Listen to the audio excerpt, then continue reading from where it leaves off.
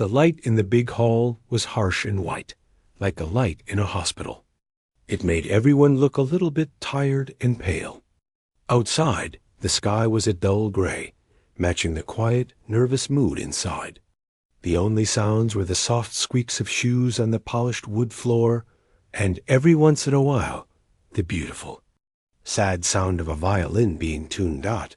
He sat in the middle of the empty audience seats, a single man at a small table. He was famous, known all over the world for making music that could make people cry. But right now, his face showed only a deep, heavy boredom. His name was Leo Kovac, and he was looking for one last musician to complete his group.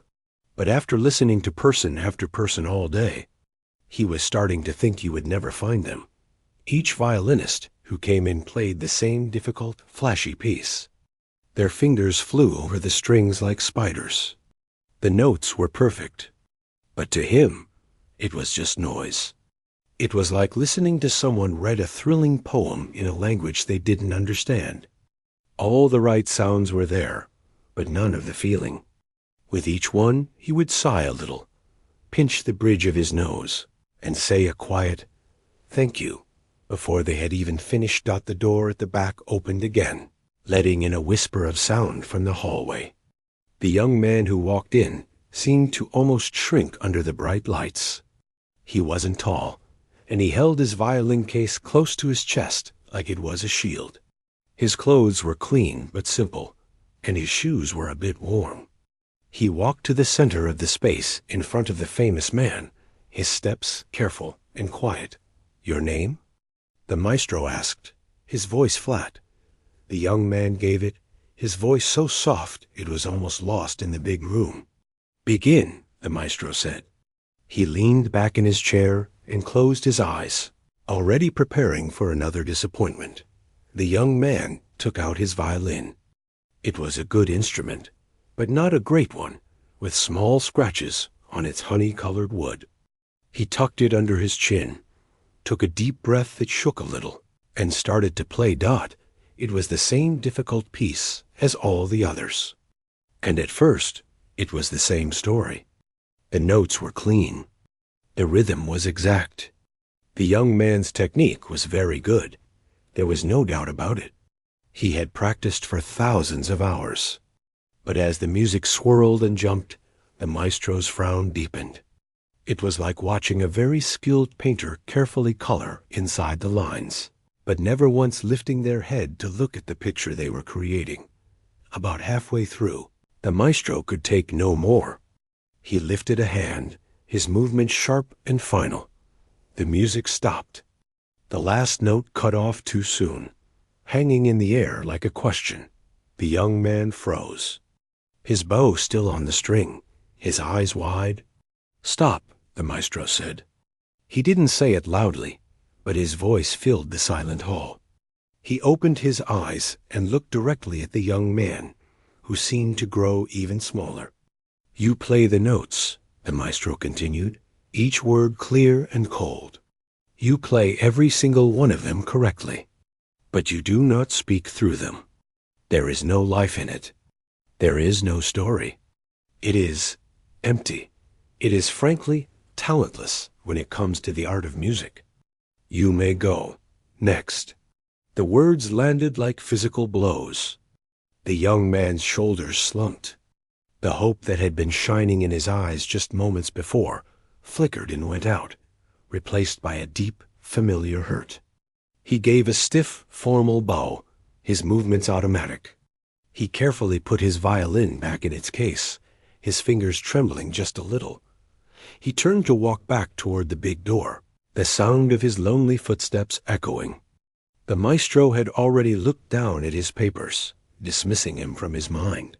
The young man's hand touched the cold metal handle of the door, but then he stopped. He stood there for a long moment, his back to the room, his head bowed. A war was happening inside him. Every sensible part of him screamed to just leave, to escape this room and the shame. But something else, something older and more stubborn, held him there. He turned around. The maestro, sensing the pause, looked up. annoyance flashing across his face. The young man's voice was barely a whisper, but in the perfect quiet, it carried all the way to the table. "Maestro, what is it?" The maestro snapped, his patience gone. "I have given my assessment." "Please," the young man said. He took a step forward, his worn shoes making no sound. "One more piece." Not for the audition. He swallowed hard, gathering his courage. Not for the chair in the orchestra. Just for you to hear. Just one. Please. The maestro, Leo Kovac, was a busy man. His time was valuable. Dozens of talented people wanted his attention. He opened his mouth to say no, to tell this persistent boy to leave. He glanced at his watch. But as he looked at the young man's face, he paused. It wasn't the look of someone arguing. It wasn't anger. It was something else. It was the look of someone offering their last and most precious possession, knowing it would probably be rejected. It was a look of pure, heartbreaking honesty that the maestro felt a strange, unexpected tug in his chest. He was tired of perfection. He was bored. Against his better judgment, he gave a short, sharp wave of his hand. "You have 2 minutes," he grumbled, sinking back into his chair. He closed his eyes again, not out of concentration, but to block out the sight. He braced himself for another 2 minutes of empty, perfect notes. He just wanted this long, disappointing day to be over. The maestro's permission hung in the air, thin and fragile. It felt less like an invitation and more like a reluctant opening of a door that was about to be slammed shut. The young man gave a quick, shallow nod, more of a reflex than a thank you. His heart was hammering against his ribs, so hard he was sure the famous man could hear it from across the room. He turned his back to the maestro. This alone was a small act of defiance, of turning away from the judge to find a different audience. His eyes found the large, arched window at the far end of the hall. The afternoon had grown darker, and a soft, steady rain had begun to trace crooked paths down the glass. The world outside was a blur of gray buildings and green, watery trees.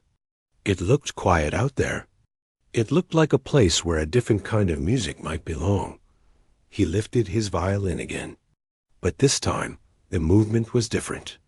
Before, it had been a precise, practiced gesture. Now, it was slower, more careful, as if he was lifting something very old and very delicate. He settled the instrument under his chin, the familiar curve of the wood a small comfort. He took a breath, but not the tight, controlled breath he'd taken for the audition piece. This breath was deeper. It came from a place down near his feet, and as he let it out slowly, some of the terrible tightness in his shoulders seemed to go with it. For a moment, he just stood there, violin ready, looking at the rain, perfectly still dot in his chair. The maestro stifled a sigh.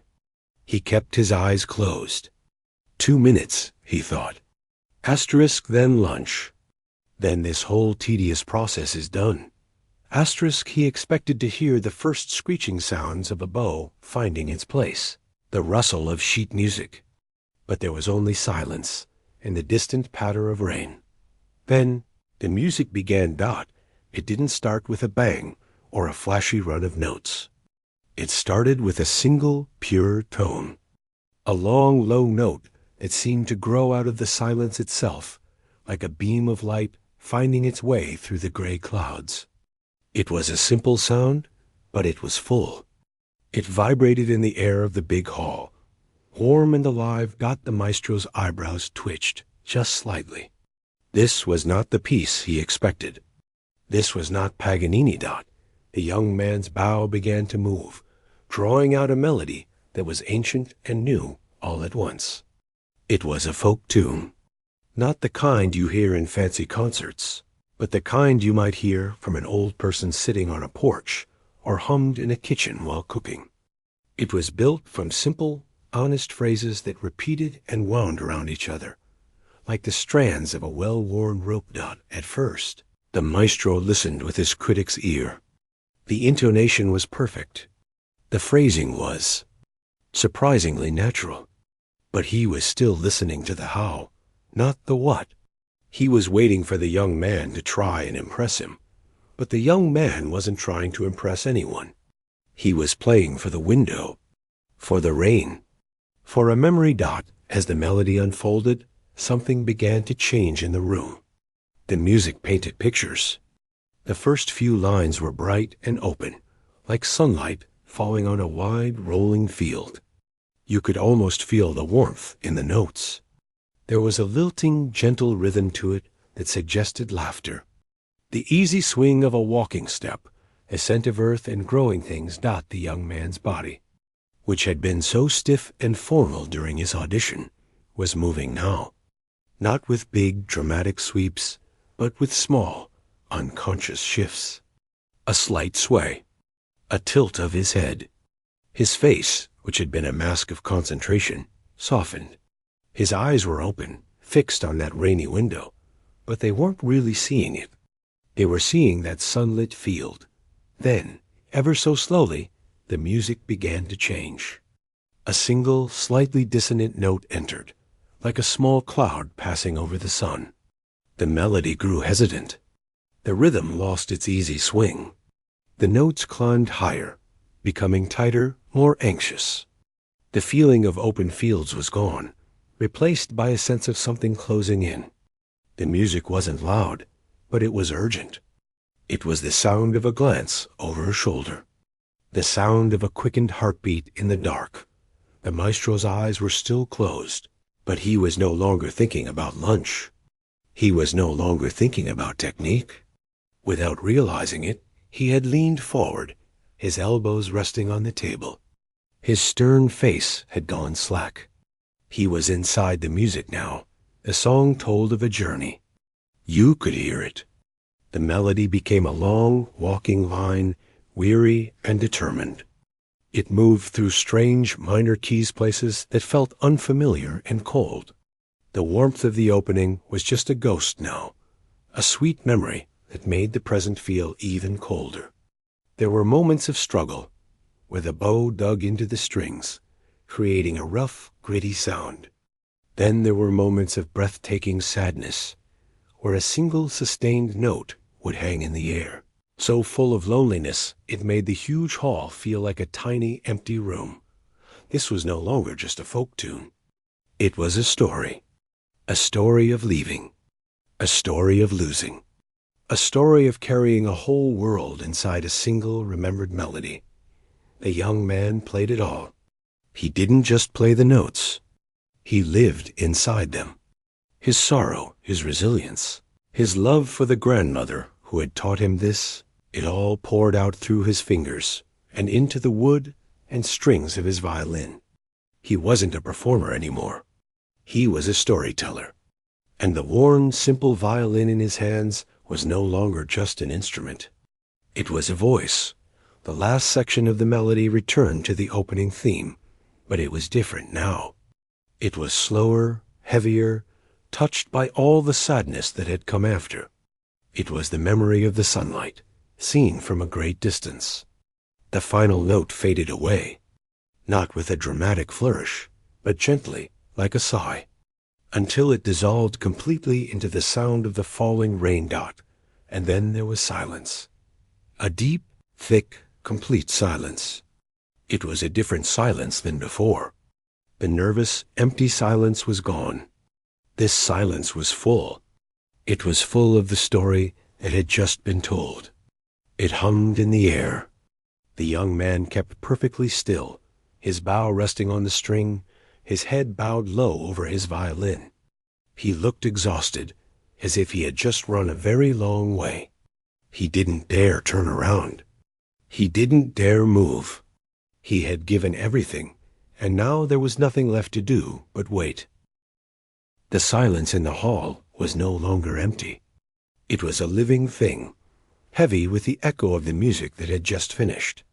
The final note seemed to have left a hole in the air, a shape that the ordinary sounds of the world were now too small to fill. The only noise was the gentle, steady whisper of the rain against the window, a sound that now felt like part of the song itself. The young man stood frozen. He kept his head down, his eyes shut tight. He was afraid to move, afraid that even the smallest sound, the rustle of his sleeve, the creak of a floorboard, would shatter this delicate, painful moment. His heart, which had been pounding before, now felt strangely still, like a bird that had fallen to the ground. He had poured everything out, every memory, every bit of love and loss he carried for his grandmother. Now he felt hollow and exposed. He had shown a stranger his deepest heart, and now he was waiting for the verdict. He expected to hear the sharp sound of a chair pushing back, a dismissive grunt, the command to finally leave. He braced for it. At the table, the maestro did not move.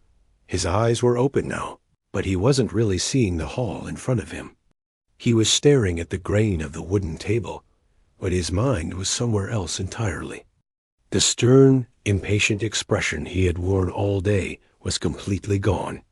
In its place was a look of quiet, profound shock. His lips were slightly parted. The lines on his forehead, usually deep from frowning, were smoothed out inside. A storm was happening. For 30 years, he had lived in a world of perfect concert halls and printed sheet music. He had conducted symphonies written by geniuses, played by the finest musicians on earth. He thought he knew every language music could speak. But this was a dialect he had forgotten existed. This wasn't music written to be performed. This was music that had been lived. It was a bone-deep ache turned into sound. The simple melody was still playing in his head. He could see it. Not notes on a page, but images. The wide, sunlit fields the music had painted at the start. He could almost feel the warmth on his own face. Then the shadow falling, the journey beginning. He hadn't just heard the struggle. He had felt the weariness in it, the gritty determination, the loneliness in those high, aching notes had settled into his own chest, a cold, familiar weight. He had called this young man's playing talentless. The word echoed in his mind now, tasting like ash in his mouth. He had been listening for technical fireworks, for controlled perfection. He had been so busy judging the container that he had refused to see what was inside it. This boy wasn't just playing notes. He was using them to build a bridge from a rainy city street, back to a homeland, back to a grandmother's arms, back to a loss that had shaped his life. The maestro felt a strange hot prickling behind his eyes. He blinked, surprised at himself. He was not a man who cried. He was a man of discipline, of high standards, of cold, hard judgment. But this was different. This wasn't sentimentality. This was recognition. It was like hearing your own name, called in a language you hadn't spoken since you were a child. It was the shock of seeing something true in a world full of polished, beautiful lies. Slowly, as if his body was very heavy, he lifted his gaze from the table. He looked at the young man's back. The boy was still turned toward the window, shoulders slumped, looking so small and defeated in the vast space. He wasn't a promising violinist anymore. He was a person carrying a story too big for his slender frame. The maestro saw not just a musician, but a grandson. He saw the grandmother, to a woman he would never meet, whose voice and love and sorrow were now forever tied to this melody in this hall. He understood, with a sudden, painful clarity, why the Paganini had sounded empty. How could you pour your soul into a showpiece written by a stranger, when your soul was already full to bursting with a song like this? The boy had been keeping the two separate, the performance for the world and the truth for himself. And he, the great maestro, had almost sent that truth away unheard. The silence stretched on. It was becoming uncomfortable, but neither of them seemed able to break it. The young man's courage was spent. The maestro's certainty was shattered. Finally, the maestro cleared his throat. The sound was rough, unfamiliar. It wasn't his conductor's voice, loud and commanding. It was just a man's voice, a little unsteady. The young man flinched at the sound, his shoulders tensing. This was it. The dismissal, but the words that came were quiet. They were not what he expected. That piece? The maestro's voice stopped, as if the words were stuck. He tried again, softer. That melody. What is it? The question hung in the air. It wasn't a critique. It wasn't a judgment on technique or tempo. It was a question born of pure, desperate curiosity. Tell me about this world you just showed me. For a long moment, the young man didn't react. The question was so simple, so human, that it took time to pierce through his layer of fear and shame. Slowly, very slowly, he turned around. His face was pale, his eyes red-rimmed but dry. He looked directly at the maestro for the first time since the terrible word, talentless, had been spoken. He saw a different man. The imposing, scary figure was gone. The man sitting at the table looked older and tired, and his eyes held a look the young man had never seen there before. It was a look of respect. He swallowed, his throat tight. He looked down at his violin, his fingers gently touching the wood. When he spoke, his voice was hoarse from emotion, but clear. "It is a lullaby," he said. The word was soft, like the music had been. "From my grandmother, she sang it to my mother, and my mother sang it to me. It is from her village, from the place she was born." He paused, gathering the memory. She could never go back. Not after they left. It was lost to her. But she said the song was the one thing she could carry, that it was home right here. He tapped a fist gently against his own chest. "It is all I have left of her, of that place." He fell silent again, afraid he had said too much, that sharing the story was as foolish as playing the song had been Dot. The maestro listened, not moving a muscle. He wasn't just hearing the explanation. He was fitting it into the music he had just heard. The sunny fields her homeland, the creeping shadow the leaving, the long, weary journey, the loneliness, the final, bittersweet memory of the warmth. It all made a perfect, heartbreaking sense. He looked from the young man's earnest, vulnerable face to the simple, worn violin in his hands. An instrument was just wood and string until a human being breathed their life into it. This boy hadn't just played an instrument. He had turned it into a time machine, a photo album, a vessel for love. The maestro's own world of concert schedules and famous composers seemed suddenly very small and very loud. He had been searching for a musician who could play perfectly. But what he had just found was something much rarer, a musician who had something to say. And he had almost missed it because he hadn't been listening in the right way. He didn't know what to do next. All his usual scripts, "Thank you, we'll let you know, next," were useless here. They belonged to the world before the silence, before the rain, before the lullaby. He was in a new world now, and he had no map. The silence between them was no longer heavy. Now it was thin, delicate, like the surface of a still pond. One wrong move, one wrong word, would send ripples across it and break the strange understanding that had settled in the room. The young man watched the maestro's face, searching for a clue. He saw the sternness gone, but he didn't yet see what had replaced it. He saw a man thinking, his eyes moving from the violin to the rainy window and back again, as if trying to solve a difficult, beautiful puzzle. Finally, the maestro moved. It wasn't a big movement. He simply placed his two hands flat on the wooden table in front of him. He looked down at them for a moment, at the strong fingers that had guided orchestras for decades. Then, with a slow, deliberate push, he stood up. The sound of his chair scraping back was loud in the quiet hall. The young man tensed, his grip tightening on his violin. This was it. The maestro was leaving. The audition was truly over. A final, quiet rejection. But the maestro didn't walk toward the door. He walked around the side of the small table and began to walk forward, toward the center of the floor where the young man stood. His steps were not the quick, impatient strides he'd used all day. They were slow, thoughtful. Each step seemed to carry the weight of his rethinking. He stopped a few feet away. He was close enough that the young man could see the fine lines around his eyes, the tired but now focused look in them. He wasn't looking at a candidate anymore. He was looking at a person and at the story he carried.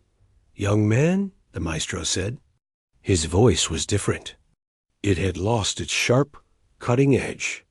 It was lower, rougher, like stones rubbing together at the bottom of a stream.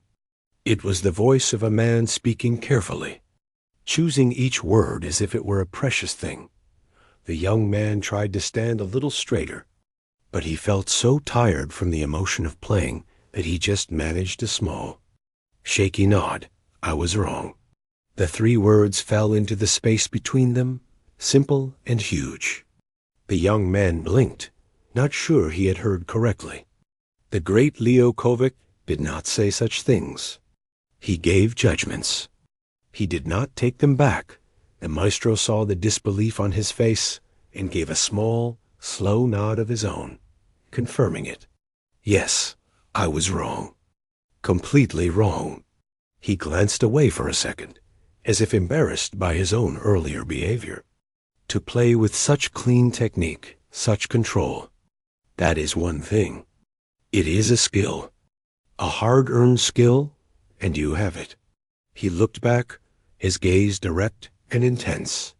But to have something to say, something this true, this important, that is another thing entirely. That is not a skill. That is a gift. A different kind of gift. He took one more step closer.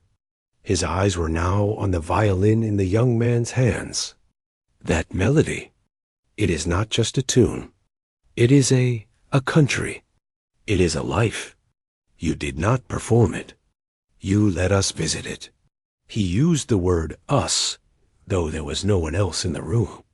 It made the young man feel like he hadn't been playing alone, that the maestro had been there with him.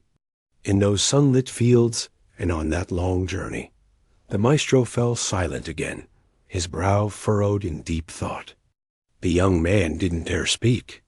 He just waited, his heart starting to beat a little faster again, but with a new, fragile feeling. Not hope, not yet, but something like wonder. "You came here for the last chair," the maestro said, stating the obvious fact that now felt like it belonged to another lifetime. To sit at the back of the second violins. To blend in. The young man nodded silently. That had been the dream. To be part of something that great Dot the maestro shook his head, a firm final motion. "No," he said the word softly, but with absolute certainty. "You do not need a chair in my orchestra." The words were a punch to the stomach. The fragile feeling vanished. So this was it. Even with the apology, even with the kind words, the answer was still no. The young man's eyes dropped to the floor. He felt the hot sting of tears he had been fighting back. He had shown everything, and it still wasn't enough for a simple chair. He didn't see the expression on the maestro's face change. He didn't see the spark that had entered the older man's eyes, a spark of excitement, of a new idea being born. "You do not need a chair," the maestro repeated, his voice growing stronger. More like his conductor's voice, but warmer, filled with a new purpose. Because that music does not belong at the back. It does not belong blending in. The young man looked up. Confused, the maestro's hand came up, not in a dismissive wave, but in a gesture that seemed to frame an invisible picture in the air. That music needs to be heard. Properly heard. It needs space around it. It needs light. He was thinking out loud, his words coming faster now. "You need to be a soloist." The word hung in the air. Soloist. It was a word from another world. It was for the famous, the flawless, the stars. Not for a boy with a worn violin case who had just been called talentless. The young man's mouth opened, but no sound came out. He just stared Dot, seeing the shock. The maestro's expression softened. He took the final step and did something he almost never did. He reached out and placed his hand on the young man's shoulder. It was not a heavy, controlling grip. It was firm, steadying. A touch of connection. "I am not just offering you a job," the maestro said, his voice low and earnest. "I am asking for your help. We will build something. A concert. Not just my concert. Our concert. We will build it around this." He nodded toward the violin. "Around your grandmother's lullaby. You will play it not as an extra piece, but as the heart of the evening. And around it, we will place music that speaks to it. Music about home, about memory, about journey. The orchestra will not accompany you. They will listen to you. And you," he squeezed the shoulder gently, you will teach us all how to listen to that story, how to play with that kind of truth." He removed his hand, but the feeling of it remained. A warm spot on the young man's shoulder. "This is not about giving you a chance," the maestro said, his tone leaving no room for argument. "This is about me not being a fool. This is about that song needing to be in the world, and you being the only one who can bring it. So?" He took a small step back, giving the young man space. "What do you say?" The young man stood there, surrounded by the high ceilings and the silent, empty chairs. He looked from the maestro's serious, waiting face to the rain on the window. He thought of his grandmother's voice, a sound he hadn't heard in many years, but it just somehow made ring out in this famous hall. He thought of the long, lonely hours of practice, trying to be perfect for a world that only wanted perfection, Dot. And now this man, this terrifying, wonderful man, was asking for the one thing he had always been told to keep hidden. He wasn't asking for perfection. He was asking for the truth. A single hot tear finally escaped and traced a path down his cheek. He didn't wipe it away. He took the deepest breath of his life, feeling the air fill his hollow chest with something new. It felt like courage. It felt like purpose. He looked the maestro directly in the eyes and gave the smallest, most definite nod. "Yes," he whispered. And then, finding his voice, he said it again, stronger. "Yes." The word yes was not the end. It was a beginning. In that quiet hall, with the rain now softening against the windows, a new and unspoken agreement passed between the two of them. The maestro gave a single slow nod in return, a look of deep satisfaction replacing the last traces of shock on his face. He did not smile, it wasn't his way, but his eyes crinkled slightly at the corners. The storm inside him had settled into a clear, calm direction. "Good," the maestro said, the word full of finality. He turned and walked back to his table, his movements now purposeful. He gathered the scattered sheets of music, the lists of names, the notes he had scribbled all day. They seemed unimportant now. He slipped them into a leather folder and closed it with a snap. The audition was over. Something else had begun. He looked at the young man, who was still standing in the center of the room, looking dazed, like someone who had just stepped off a rocking ship onto solid land. "Come," the maestro said, not as a command, but as an invitation. "We will start now. In my studio? There is much to discuss." The young man fumbled as he put his violin away, his fingers clumsy with lingering emotion. He followed the maestro out of the big hall, through a heavy door, and into a narrower corridor lined with photographs of famous musicians. Just hours ago, these faces would have filled him with awe and fear. Now, He walked past them with the maestro at his side, and they felt like neighbors. The maestro's studio was small, crowded, and wonderfully alive. It was not a clean, formal space. Books were piled on every surface. Scores were open on a large desk, and the walls were covered in framed concert posters and a few small, beautiful paintings. A comfortable-looking chair sat in one corner, and two simple wooden chairs faced the desk. It smelled of old paper, coffee, and wood polish. The maestro pointed to one of the wooden chairs. Sit. He himself did not sit behind the grand desk. Instead, he pulled the other wooden chair around so they were facing each other, knee to knee, in the middle of the room. There was no table between them. First, the maestro said, leaning forward, his elbows on his knees, we do not worry about the orchestra. Not yet. We talk about the song. Your grandmother's song. Tell me everything. And so the young man began. His voice was hesitant at first, but the maestro listened with a focus the young man had never experienced. He asked questions, not about musical notes, but about feelings. When she sang it, was her voice rough or smooth? What time of day was it? What did the air smell like in her village, do you think? The young man found himself speaking of memories he thought were lost. The scent of her cooking, the sound of her slippers on the floor, the way her hands felt. Rough and gentle at the same time. The maestro listened. And in his mind, he was not just planning a concert. He was building a world. He would occasionally get up and scribble a word on a piece of paper, asterisk, asterisk, dawn, wheat, longing, asterisk, asterisk, not musical terms, but emotional landmarks. Days turned into weeks. Their work became a ritual. The young man would arrive, often nervous. They would talk. Then he would play the lullaby. But now he played it differently. Before, it had been a private, painful truth. Now it was becoming a shared story. The maestro would stop him. Here, he would say, this note where the melody turns. That is when she looked back for the last time? Yes?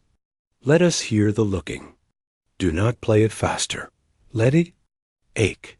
The young man learned that truth in music wasn't about playing perfectly. It was about being fearless in showing the cracks, the pauses, the breath between the notes where the real feeling lived. The maestro was not teaching him technique. He was teaching him how to trust the story he already carried. One afternoon, the maestro brought in a cellist and a violist from his orchestra, two serious-looking women. They will play with you, he said simply. We will make a small arrangement, just for the beginning of the piece.